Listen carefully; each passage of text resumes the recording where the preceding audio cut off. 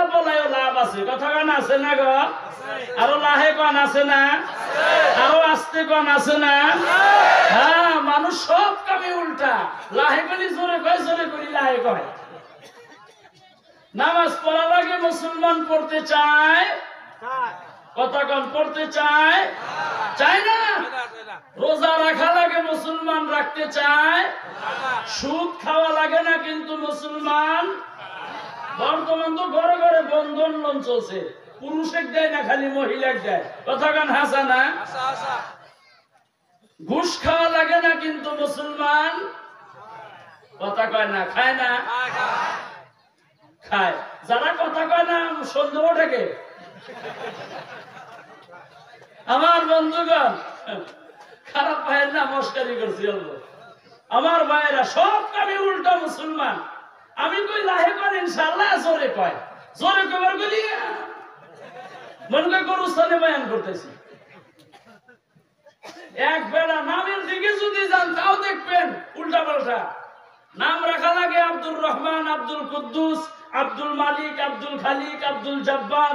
হ্যাঁ, ভালো ভালো নাম রাখা লাগে, আব্দুল ওয়াহাব, আব্দুল কারিম। কিন্তু আমার নাম রাখারও কোনো সাইজ নাই, স্ট্যান্ডার্ড নাম। নাম রাখে কি? পিঙ্কি। কথা কয় না, কথা কয় না, ঠিক না? নাম রাখে কুইয়া, ভুইয়া, ববরা। কি নাম? লাট বল্টু, কোনো অর্থ নাই, মিনিংলেস। এক বেলা তার নাম রাখছে আর পাস না। কিয়ামতের দিন একটা নামের উসিলা করিয়াও আল্লাহ তাআলা আপনাকে জান্নাতে দিয়া দিতে পারে। জোরে কোন সুবহানাল্লাহ। আল্লাহ ইচ্ছা করলে পারে না? পারে না? এক ব্যক্তি তার সন্তানের নাম রাখছে আর পাইস না। জোরে কোন কি নাম? সকালবেলা ঘুম থেকে উঠে আর পাইস না রে, আর পায় না। সন্তান যদি ল্যাংড়া হয়, বোবা হয়, কানা হয়, বুঝা হয়, অন্ধও যদি হয়, হাঁটা পারে না, বিকলাঙ্গ, নাক দিয়া হিট পরে, মুখ দিয়া লেবরা পরে, তারপরেও কোনোদিন মা বাবার কাছে ছেলে মেয়ে বেশি হয়? হয় না। আর পাশনারে যখন পায় না, বাবার মেজাজ গরম। আর পাশনা গেল কই? এবার বিশ্রাম শুরু করছে, খালি ডাকে বাবা, আর পাশনা, ও বাবা, আর পাশনা, আর পাশনা রে, আর পায় না। সকাল থেকে ডাকতে ডাকতে বেলা 12টা বাজে, একটা নদীর কিনারা দিয়া যায়। ওই নদীর মধ্যে একজন ব্যক্তি সকাল থেকে বেলা 12টা বাজে মাছ মারতেছে, একটা মাছও পায় নাই। এই লোকটা তো ডাকতেছেন আর পাস না। মাছ মারনেওয়ালা ব্যক্তির মেজাজ গরম। কেডা রে এটা? সকাল থেকে মাছ মারি, একটা মাছ পাইলাম না, এটা কেডা কয় আর পাইস না? নদীর থেকে লাফাইয়া উঠছে, হাতে একটা লাঠি আছিল বাঁশের, ওই লাঠি দিয়া 7টা বাড়ি। এই, আমি মাছ পাই আর না পাই তুমি কেন বলবা? এই কয় আর বাইরে এক দাবার পিঠ না খায় আর পাশনার বাবা রাস্তা দিয়ে যায় আর কয়, কি কয়? যা কোনো দিন না তাই, যা কোনো দিন না তাই। তার মানে আমার সন্তানকে ডাক দিয়া জীবনে কোনোদিন আমি পিঠ না খাইলাম না, আজকে আমি জীবনের প্রথম আমার সন্তানকে ডাক দিয়া পিঠ না খাইলাম। তার মানে যা কোনোদিন হয় নাই, আজকে তাই হয়ে গেল। সেই জন্য মনের দুঃখে রাস্তা দিয়ে যায় আর কয়, যা কোনোদিন না তাই, যা কোনোদিন না তাই, যা কোনোদিন না তাই। এ মুসলমান বন্ধুগণ আমার, ইতিমধ্যে রাজার ছেলে সুন্দর পোশাক পরিধান করিয়া ঘোড়ার পিঠের মধ্যে বসিয়া ভবিষ্যৎ সংগ্রামে রওনা হয়ে গেল। রাজার ছেলের কানের মধ্যে আওয়াজ গেল, যা কোনোদিন না তাই। তার মানে বুঝিল আমাকে ঘোড়ার পিঠের মধ্যে মানায় নাই। লাভ দিয়া নামছে, এই বেটা আমারে ঘোড়ার পিঠের মধ্যে মানায় কার না মানায়, কিন্তু তুমি কেন বলবা? এই কথা বলিয়া ঘোড়া মারে, ওইটারে কি বলেন আপনারা? চাবক। ওই চাবক দিয়া ওই আরবাসনার বাবারে 7টা বাড়ি শুরু করিয়া দিছে। এক দাবার পিটনা দিয়া রাজার ছেলে চলিয়া গেছে। ও মুসলমান বন্ধুগণ আমার, এবার আরবাসনার বাবা রাস্তা দিয়ে যায় আর কয়, ওইটার থেকে এইটাই বড়, ওইটার থেকে এইটাই বড়, ওইটার থেকে এইটাই বড়। তার মানে কি, ওইখানে খাইলাম বাঁশের বাড়ি, এইখানে খাইলাম চাপকের আঘাত। বড় কোনটা জোরে বলেন? চাবকের আঘাত বড়। সেই জন্য যায় আর বলে, ওইটার থেকে এইটাই বড়, ওইটার থেকে এইটাই বড়, ওইটার থেকে এইটাই বড়। ওই নদীর কিনারা দিয়া একজন ঘেগালা মানুষ আসতেছিল। ঘ্যাক বোঝেন তো? ঘ্যাক বোঝেন? ঘেগালা মানুষ আসতেছিল। ঘেগালা মানুষটার কানের মধ্যে আওয়াজ গেল, ওইটার থেকে এইটাই বড়, ওইটার থেকে এইটাই বড়। ঘেগালা মানুষটার মেজাজ গরম। ঘেগালা মানুষটা ধনী আছিল, কোটিপতি, অট্টালিকা, টাকা পয়সা, ধন দৌলতের অভাব নাই। এ মুসলমান বন্ধুগণ আমার, ঘেগালা মানুষটা মনে মনে ভাবতেছেন, ওইটার থেকে এইটাই বড়। তার মানে বোঝা গেল, আমার আগে বুঝিল আরো একজন ঘেগালা মানুষ গেছে, তার ঘেকটা মনে হয় অল্প ছোট আছিল, আমার ঘেকটা বুঝিল অল্প বড়। সেই জন্য বলতেছে, ওইটার থেকে এইটাই বড়, ওইটার থেকে এইটাই বড়। ঘেগালা মানুষটা ওই আরবাসনার বাবার ষাঁড়ের কলার ধরিয়া বলে, ওই বেটা, আমার ঘেক বড় থাক আর ছোট থাক, তুমি কেন বলবা? এই কথা বলিয়া বুকের মধ্যে খালি ঘুষায় আর কিলায়। আরবাসনার আব্বা রাস্তা দিয়ে যায় আর কয়, আমি আর জীবনে আমার সন্তানকে নাম ধরিয়া ডাকবো না। কেন? একটা সন্তানের নাম শুধুমাত্র খালি মিনিংলেস হওয়ার জন্য, অল্প বোঝা কম বেশি হওয়ার জন্য। আমার বন্ধুগণ, দুনিয়ার জমিনের মধ্যে কয় জায়গায় মার খাইলেন? আরো জোরে বলেন, কয় জায়গায়? মরার পর আল্লাহ তাআলা ফেরেশতা দিয়া কত জায়গার মধ্যে মারবো তারও কোনো গ্যারান্টি নাই। সেই জন্য বুজুর্গানে দিনগণ বলেন, ও জগৎবাসীরা, তোমরা তোমাদের ছেলে সন্তানের নাম রাখো নবীদের নামের সাথে মিলাইয়া। চিল্লাইয়া বলেন সুবহানাল্লাহ। আরো জোরে বলেন সুবহানাল্লাহ। আমার বন্ধুগণ, তাহলে বোঝা গেল নামটাও ভালো ভালো রাখা লাগবে, কিন্তু আমাদের মধ্যে সমস্ত কাজের মধ্যে মুসলমান উল্টা। একটু জোরে বলেন, কথা ঠিক কি নয়? ইনশাআল্লাহ জোরে বলা লাগে, কিন্তু বলতে চায় না। সুবহানাল্লাহ বলা লাগে, মুসলমান বলতে চায় না। তার মানে কি, আমাদের এই কলবটার মধ্যে বন্ধু রে, কলবটা শেষ হয়ে গেছে গা। আমার বন্ধুগণ, গায়রুল্লাহ থেকে যে ইয়াকিনটা, ওইটা অন্তরের মধ্যে জায়গা নিয়ে নিছে, নফসের মধ্যে শয়তানে জায়গা নিয়ে নিছে। আল্লাহ থেকে হওয়া ইয়াকিনটা আমার আপনার অন্তর থেকে বন্ধুগণ উঠিয়া গেছে। সেই জন্য আমার আপনার জবান দিয়া আল্লাহর নাম ঠিক মতো বাহির হইতে চায় না। আশরাফ আলী থানভী রহমাতুল্লাহ আলাইহি একটা কিতাবের মধ্যে লেখেন, কিতাবটার নাম হইল মুসলমানের হাসি। আমার বন্ধুগণ, যেনাকে হাকিমুল উম্মত বলা হতো, তিনি একটা কিতাবের মধ্যে লিখছেন, একজন গরুর ব্যাপারী গরু কেনার জন্য বাজারে রওনা হয়ে গেল। এ মুসলমান বন্ধুগণ আমার, ধরে নেন আমাদের এই স্যারের সাথে গরুর ব্যাপারীর সাথে রাস্তায় সাক্ষাৎ হয়ে গেল। সালাম দিয়ে মুসাফা করছে, এ ব্যাপারী ভাই কোথায় যাও? বলে গরু কেনার জন্য যাই। গরু কেনার জন্য যাও?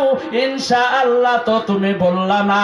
গরুর ব্যাপারী বলে, আমার টাকা দিয়ে আমি গরু কিনবো, ইনশাআল্লাহ কেন বলবো? সারেও আহাম্মক হয়ে গেছে গা। কারে কি জিগাইলাম, জিগানের চাইতে না জিগানি ভালো আছিল। যা তুই কি করস করে গা, সারে রাগ করে থুয়ে গেছে গা। একটু জোরে বলেন, গরুর বাজারে পকেট মার বেশি থাকে না কম থাকে গো? গরুর ব্যাপারে গরুর বাজারে গেছে, পকেট মার নতুন বেলেট কিনা নিয়া পাঞ্জাবির পকেট কাইডা টাকা ব্যক্তি নিয়ে গেছে, গরুর ব্যাপারী জানে না। গরু পছন্দ হয়ে গেল, এবার পয়সা দেওয়া লাগে, টাকা দেওয়া লাগে। পকেটের মধ্যে হাতটা ঢুকাইয়া দিল, হাতটা নিচের দিকে যায় আর যায়, যায় আর যায়, হাত আর থামে না। ব্যাপারী মনে মনে কয়, পকেট এত লম্বা হইল কেন, কারণ কি বুঝলাম না। নিচের দিকে লক্ষ্য করিয়া দেখে পকেট কাইটা পকেট মার টাকা নিয়ে গেছে, ব্যাপারী জানে না। মানুষটা সুন্দর আছিল দেখতে, তামাম সুন্দর। আমার বন্ধুগণ, টাকা হারাইয়া গেছে, লগে লগে মানুষটা কালো হয়ে গেছে। গরুর মালিকে ডাক দিয়া বলে, ভাই কালো হইলেন কেন? কয় টাকা হারাইছে ইনশাআল্লাহ। তখন বলি ইনশাআল্লাহ। এই কথা বলিয়া বাড়ির দিকে রওনা হয়ে গেল। এই সারের সাথে রাস্তার মধ্যে আবারও সাক্ষাৎ। সার মনে মনে কয়, ব্যাপারী গরু কেনার জন্য গেল, গরু কই? সালাম দিয়া মুসাফা করিয়া বলছে, ভাই গরু কই? কয় কিনি না ইনশাআল্লাহ। সারও মনে মনে কয়, আগে বললো না ইনশাআল্লাহ, এখন বলে ইনশাআল্লাহ, কারণ কি বালা কইরা জিগাই। আবার জিগাইছে, কিসের জন্য কেনেন নাই? কয় টাকা হারাইছে ইনশাআল্লাহ। কয় কিবা কইরা হারাইছে? কয় জানি না ইনশাআল্লাহ। এখন কই যান? কয় বাড়িতে যাই ইনশাআল্লাহ। কয় বাড়িতে যা কি করবেন? রাগ উঠবো না নাই কথা বলেন। এদিকে টাকা হারাইছে, সারে ঘন আলাপ আরম্ভ কইরা দিছে। রাগের চোটে কইছে, কি করি করব ইনশাআল্লাহ। তারপরেও বন্ধু ইনশাআল্লাহ সারে নাই। আশরাফ আলী থানভী রাহমাতুল্লাহ আলাইহি, যাকে হাকিমুল উম্মত বলা হয়, তিনি কিতাবটার মধ্যে লিখছেন, এই ইনশাআল্লাহ যদি তুমি আগেই বলতাও, কি জানি তোমার টাকা হারাইতো না। জোরে বলেন সুবহানাল্লাহ, আরো জোরে বলেন সুবহানাল্লাহ। লা ইলাহা ইল্লাল্লাহ, জোরে লা ইলাহা ইল্লাল্লাহ, লা ইলাহা ইল্লাল্লাহ, আরো জোরে লা ইলাহা ইল্লাল্লাহ, লা ইলাহা ইল্লাল্লাহ। হাতে করো হাতের কাম, পায়ে করো পায়ের কাম। হাতে করো হাতের কাম, পায়ে করো পায়ের কাম। জবানে বলো হে মুমিন, আল্লাহ তাআলার জাতি নাম লা ইলাহা ইল্লাল্লাহ, জোরে জোরে লা ইলাহা ইল্লাল্লাহ, জোরে লা ইলাহা ইল্লাল্লাহ, লা ইলাহা ইল্লাল্লাহ, লা ইলাহা ইল্লাল্লাহ মুহাম্মাদুর রাসূলুল্লাহ। সকলেই বলেন সাল্লাল্লাহু আলাইহি ওয়াসাল্লাম। গতিকে আমরা ইনশাআল্লাহ জোরে জোরে বলবো, কান ইনশাআল্লাহ। খারাপ পাইতেছেন আপনারা? খারাপ পাইলে কার কইবেন যে হুজুর খারাপ পাই। মানকাছর এক ধর্ম সবাই যা বলছি, ভাই খারাপ পাইতেছেন নাকি? পিছনে একটা লোক বসেছিল, তিনি ডাক দিয়া বলে, না খারাপ পাই না, বয়ান করেন। আমি বললাম, যেটা তো ভালো খারাপ পাইতেছে, পরে ভালো করে খবর নিয়ে দেখলাম মানুষটা তার বাড়িতে তার স্ত্রীর সাথে রাগারাগি করিয়া ধর্ম সভায় এসেছে। বাড়িতে তো পারেই নাই, ধর্ম সভায় আসিয়া আমারই সাথে রাগ করে। এবার রাগারাগি তো নাই ভাই, আছে কি? জোরে কোন সুবহানাল্লাহ। আমার বন্ধুগণ বলতেছিলাম, আমার বন্ধু ওই লোকটা বলতেছেন যে হুজুর গো, আপনি ঘোড়ার পিঠের মধ্যে বসিয়া যাবেন, আমি আপনার পিছনে পিছনে দৌড়াইয়া দৌড়াইয়া যাব, আর আপনার পবিত্র জবানের আলোচনা গুলেন শুনব। চিল্লাইয়া জোরে বলেন সুবহানাল্লাহ। কথা তো এখানে ছিল, মনে আছে না? এই মুসলমান বন্ধুগণ আমার, তাহলে চিন্তা করিয়া দেখেন আমার বন্ধুগণ, এখানে দৌড়াইতে হবে না, মাইকের ব্যবস্থা আছে, স্পিকারের ব্যবস্থা আছে, মোবাইলের ব্যবস্থা আছে, হরেনের ব্যবস্থা আছে, বক্সের ব্যবস্থা আছে, স্টেজের ব্যবস্থা আছে, আমার বন্ধুগণ ডিএসএলআর ক্যামেরার ব্যবস্থা আছে, ভিডিওর ব্যবস্থা আছে, বসার ব্যবস্থা আছে, চেয়ারের ব্যবস্থা আছে, ফুলদানের ব্যবস্থা আছে। সমস্ত কিছু থাকার পর এ মুসলমান বন্ধু, কিন্তু তারপরেও অনেক যুবক যুবতীদেরকে রাস্তা দিয়ে দেখা যায়, কেউ গাছের তলায়, কেউ রাস্তার সাইডে, কেউ বাজারের মধ্যে, এক একজন এক এক জায়গার মধ্যে ব্যস্ত, কেউ ইনস্টাগ্রামের মধ্যে ব্যস্ত, কেউ হোয়াটসঅ্যাপের মধ্যে ব্যস্ত, কেউ ফেসবুকের মধ্যে ব্যস্ত, কেউ ইউটিউবের মধ্যে ব্যস্ত, কেউ মেসেজ করার মধ্যে ব্যস্ত, আমার বন্ধুগণ কেউ মোবাইলে ফোনের মধ্যে ব্যস্ত। জোরে কোন কথা ঠিক কি নয়? ধর্ম সবাই তারা আসতে চায় না, তার মানে তাদের কাছে পবিত্র কোরআন ভালো লাগে না। কিন্তু বন্ধুগণ, এই মুসলমান ভাইরা, যেই লোকটা বলছেন আমি আপনার পিছনে পিছনে দৌড়াইয়া দৌড়াইয়া যাব, আর আপনার পবিত্র জবানের আলোচনা গুলিন শুনব, আমার বন্ধুগণ আলোচনা অনেক লম্বা, কিন্তু রাত্রি পড়ায় 12টা বাজে, আমিও খুব স্পিডে বলতেছি, আলোচনা করতে চাইলে সময়ের কিছু প্রয়োজন হয় আমার বন্ধুগণ, সেই জন্য লম্বা করব না, আমি সংক্ষিপ্ত বলবো, বহলভাবে বোঝার জন্য চেষ্টা করবেন আপনারা। আমার বন্ধুগণ, যেই লোকটা বলছেন আমি আপনার পিছনে পিছনে দৌড়াইয়া দৌড়াইয়া যাব, আমার বন্ধুগণ তিনি কিন্তু আমার মতো আপনার মতো নজু আর ফজু না। বলবেন তাহলে তিনি কে? আমি যে প্রথমে বলেছি আমাদের মধ্যে বড় ইমাম কয়জন? 4 জন। তার মধ্যে একজন ইমাম আবু হানিফা রহমাতুল্লাহ আলাই, ইমাম মালিক রহমাতুল্লাহ আলাই, ইমাম শাফি রহমাতুল্লাহ আলাই, আর একজন 4র্থ নম্বরে হলো ইমাম আহমদ বিন হাম্বল রহমাতুল্লাহ আলাই। যেই লোকটা বলছে আমি আপনার পিছনে পিছনে দৌড়াইয়া দৌড়াইয়া যাব, আমার বন্ধুগণ তিনি আর কেউ না, কেউ না, আমার বন্ধু তিনি হইলেন ইমাম আহমদ বিন হাম্বল রহমাতুল্লাহ আলাই। চিল্লাইয়া জোরে বলেন সুবহানাল্লাহ, আরো জোরে বলেন সুবহানাল্লাহ। আমার ভাইরা, তাহলে চিন্তা করেন, আমিও মানুষ, আপনিও মানুষ, আমার দাড়ি নাই, আপনার দাড়ি নাই, আর একজনের দাড়ি আছে। আমার বন্ধুগণ, আমার মাথায় টুপি, আপনার মাথায় টুপি নাই, আমি জুব্বা লাগাই, আপনি লাগাইতে পারেন না, আমাদের মধ্যে কতটুকুন পার্থক্য। কিন্তু তেনারা কিন্তু আরো বড় বুজুর্গ ছিলেন আমার বন্ধু। আমার বন্ধুগণ 4 জন বড় ইমামের মধ্যে একজন হইল তিনি একজন। আমার বন্ধুগণ, তাহলে তার টেন্ডেন্সি দেখেন, তার মেধা দেখেন, তার চিন্তাধারা দেখেন। আমি যদি মরিয়া যাই, অন্ধকার কবর যদি আমাকে জাহান্নামের মধ্যে দিয়ে দেয়, আমি জাহান্নামের আগুন সহ্য করতে পারবো না। আমার বন্ধুগণ, জাহান্নামের আগুন আমি কেমনে সহ্য করব? কারণ জাহান্নামের আগুন আমার বন্ধুগণ তামাম ভয়ানক আগুন।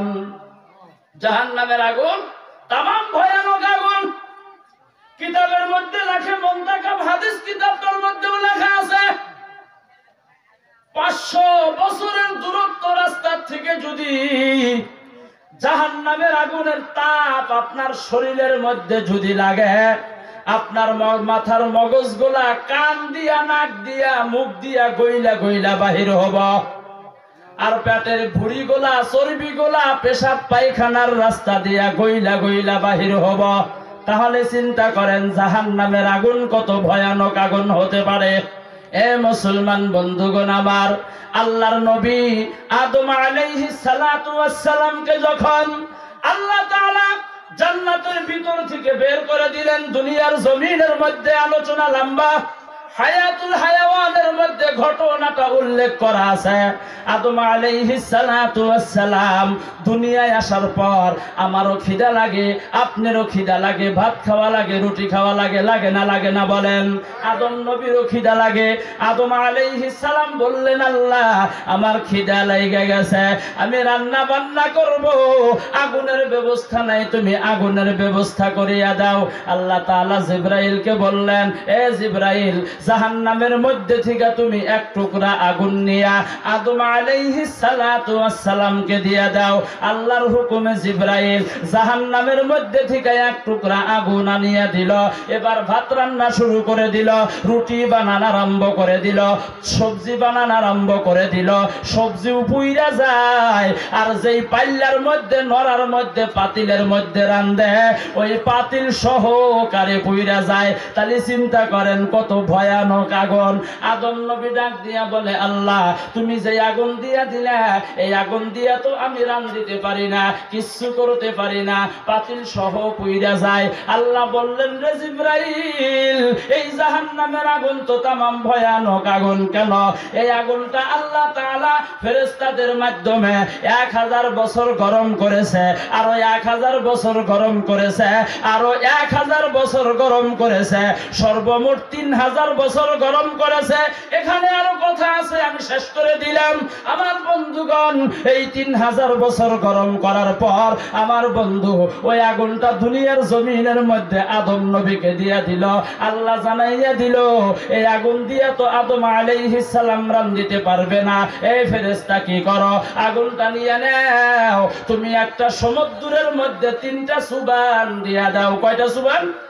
3টা সুবান দিয়া দাও। আমার বন্ধুগণ, আদম নবীর আগুনটা লইয়া সমুদ্রে 3টা সুবান দিয়া দিল। আল্লাহ জানাইয়া দিল, আদম আলাইহিস সালাতু ওয়াস সালামের যতটুকুন আগুনের দরকার তুমি ততটুকুন আগুন দিয়া দাও, আর যতটুকুন বাইসা যায় তুমি ততটুকুন আগুন এবার পাথরের মধ্যে দিয়া দাও। সেই জন্য দেখবেন পাথরের মধ্যেও কিন্তু আগুন আছে। কথা গান আছে না?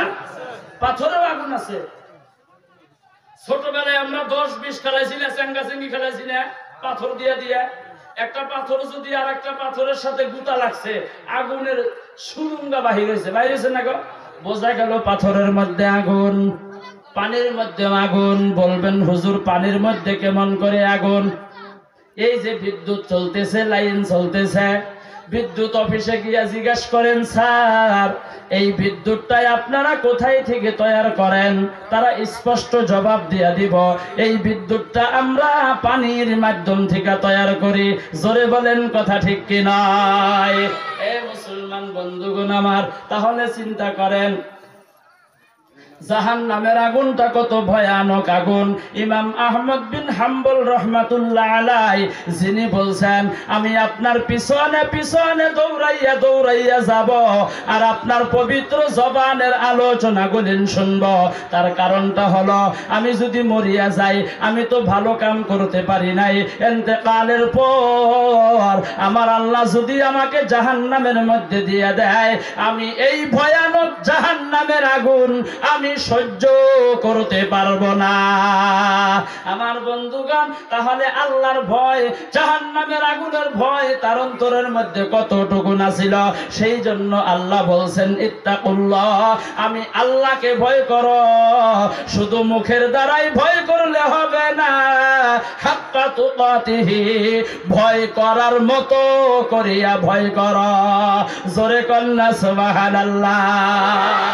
খালি ভয় করলে হবে না, ভয় করার মতো করিয়া ভয় করা লাগবে।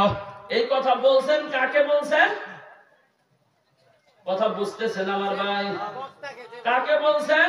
ইমানদার যারা তাদেরকে। কাদেরকে?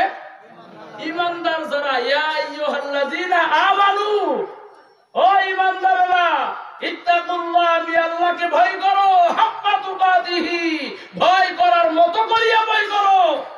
কাদেরকে বলছেন ভাই? ইমানদারদেরকে। তাহলে ইমানদার কারা? বয়ান শেষের দিকে আনছি ভাই, খুব বেশি 10 মিনিট 15 মিনিট।